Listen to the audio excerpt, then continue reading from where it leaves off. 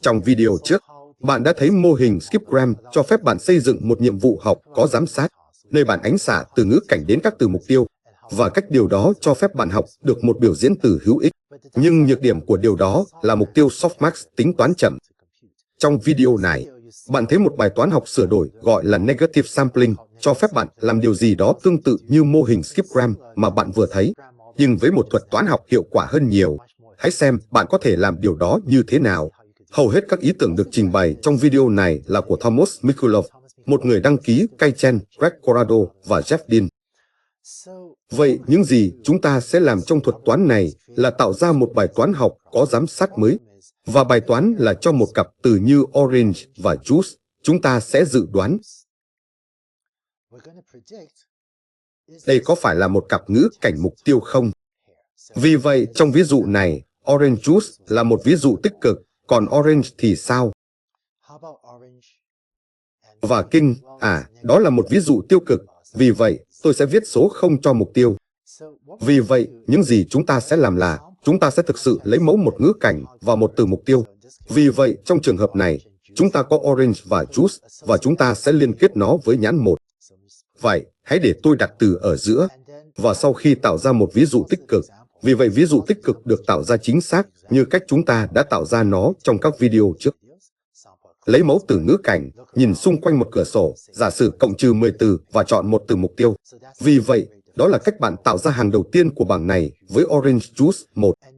Và sau đó để tạo ra các ví dụ tiêu cực, chúng ta sẽ lấy cùng từ ngữ cảnh và sau đó chỉ cần chọn một từ ngẫu nhiên từ từ điển.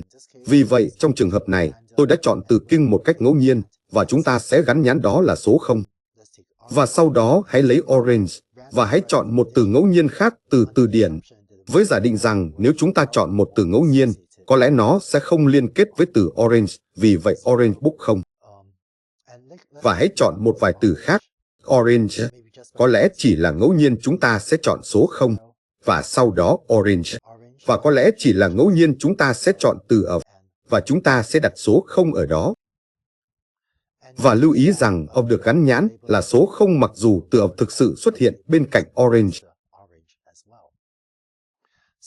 Vì vậy, để tóm tắt, cách chúng ta tạo ra tập dữ liệu này là chúng ta sẽ chọn một từ ngữ cảnh, và sau đó chọn một từ mục tiêu. Và đó là hàng đầu tiên của bảng này cung cấp cho chúng ta một ví dụ tích cực. Vì vậy, ngữ cảnh, mục tiêu, và sau đó gán cho nó nhãn 1.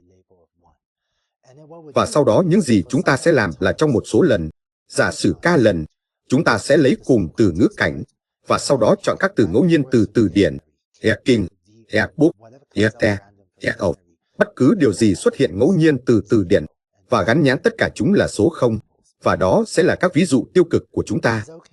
Và không sao nếu chỉ là ngẫu nhiên một trong những từ chúng ta chọn ngẫu nhiên từ từ điển lại xuất hiện trong một cửa sổ cộng trừ 10 từ chẳng hạn, bên cạnh từ ngữ cảnh orange. Sau đó, chúng ta sẽ tạo ra một bài toán học có giám sát, nơi thuật toán học nhập vào x, nhập vào cặp từ này, và sau đó phải dự đoán nhãn mục tiêu, dự đoán đầu ra y. Vì vậy, bài toán thực sự là cho một cặp từ như orange và juice. Bạn có nghĩ rằng chúng xuất hiện cùng nhau không? Bạn có nghĩ rằng tôi lấy được hai từ này bằng cách lấy mẫu hai từ gần nhau không? Hay bạn nghĩ rằng tôi lấy chúng là một từ từ văn bản và một từ được chọn ngẫu nhiên từ từ điển? Đó thực sự là cố gắng phân biệt giữa hai loại phân phối này, mà từ đó bạn có thể lấy mẫu một cặp từ. Vì vậy, đây là cách bạn tạo ra tập huấn luyện. Làm thế nào để bạn chọn K? Mikulov và cộng sự khuyến nghị rằng có lẽ K là 5 đến 20 cho các tập dữ liệu nhỏ hơn.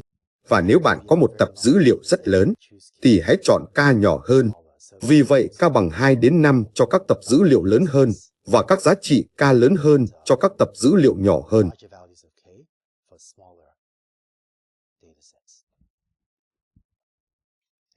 Và trong ví dụ này, tôi chỉ sử dụng K bằng 4. Tiếp theo, hãy mô tả mô hình học có giám sát để học và ánh xạ từ x đến y. Vì vậy, đây là mô hình softmax bạn đã thấy từ video trước. Và đây là tập huấn luyện chúng ta có được từ slide trước, nơi, một lần nữa, đây sẽ là đầu vào x mới, và đây sẽ là giá trị của y bạn đang cố gắng dự đoán.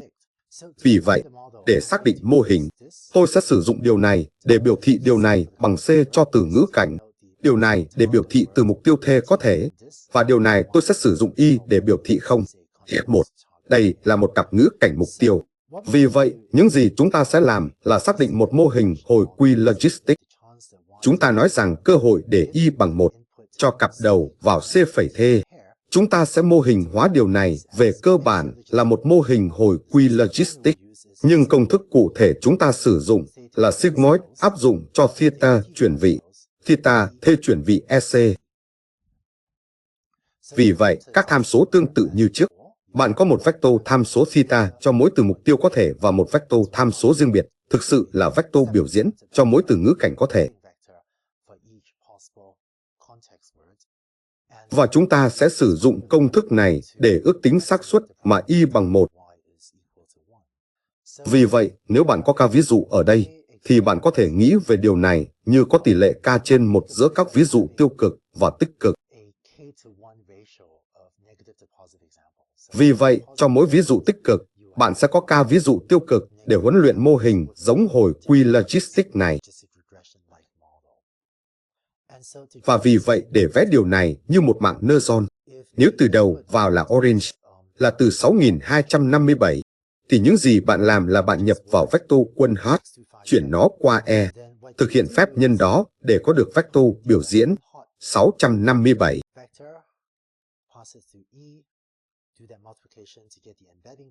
Và sau đó những gì bạn có thực sự là 10.000 bài toán phân loại hồi quy logistic có thể, trong đó một trong số này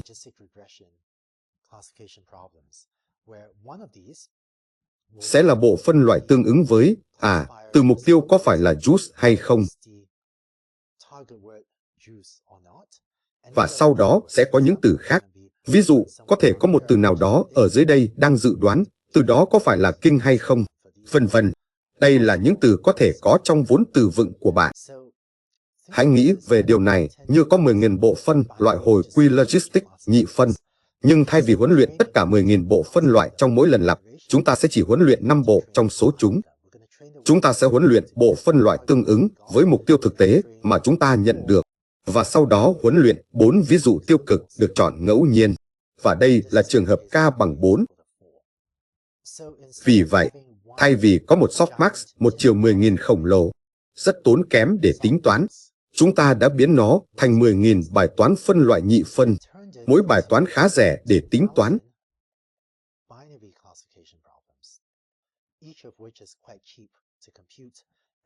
Và trong mỗi lần lặp, chúng ta sẽ chỉ huấn luyện 5 trong số chúng hoặc tổng quát hơn là k cộng 1 trong số chúng, với k ví dụ tiêu cực và một ví dụ tích cực. Và đây là lý do tại sao chi phí tính toán của thuật toán này thấp hơn nhiều, bởi vì bạn đang cập nhật k cộng một đơn vị logistic, k cộng một bài toán phân loại nhị phân, tương đối rẻ để thực hiện trong mỗi lần lặp, thay vì cập nhật bộ phân loại softmax 10.000 chiều.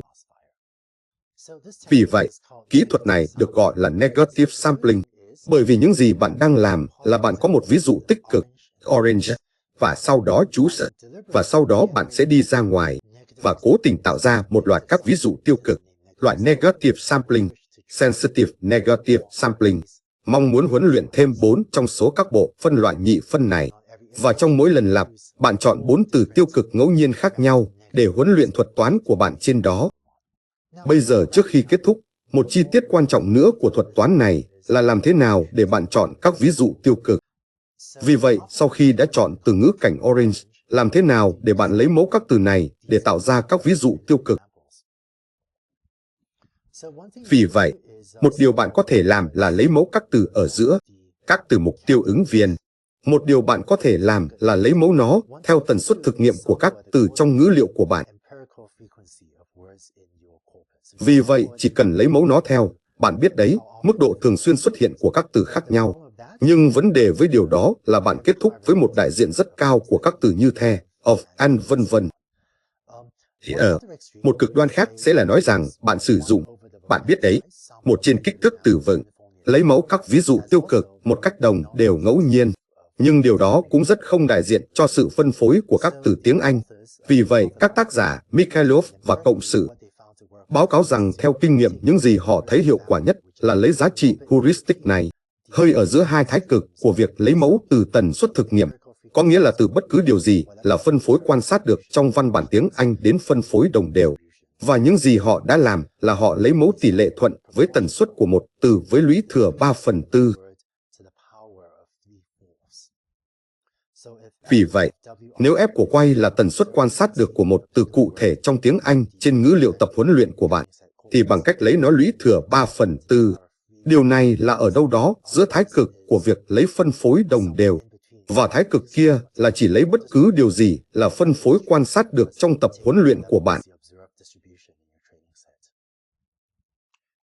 Và vì vậy, tôi không chắc điều này được biện minh về mặt lý thuyết cho lắm, nhưng nhiều nhà nghiên cứu hiện đang sử dụng heuristic này, và nó dường như hoạt động khá tốt.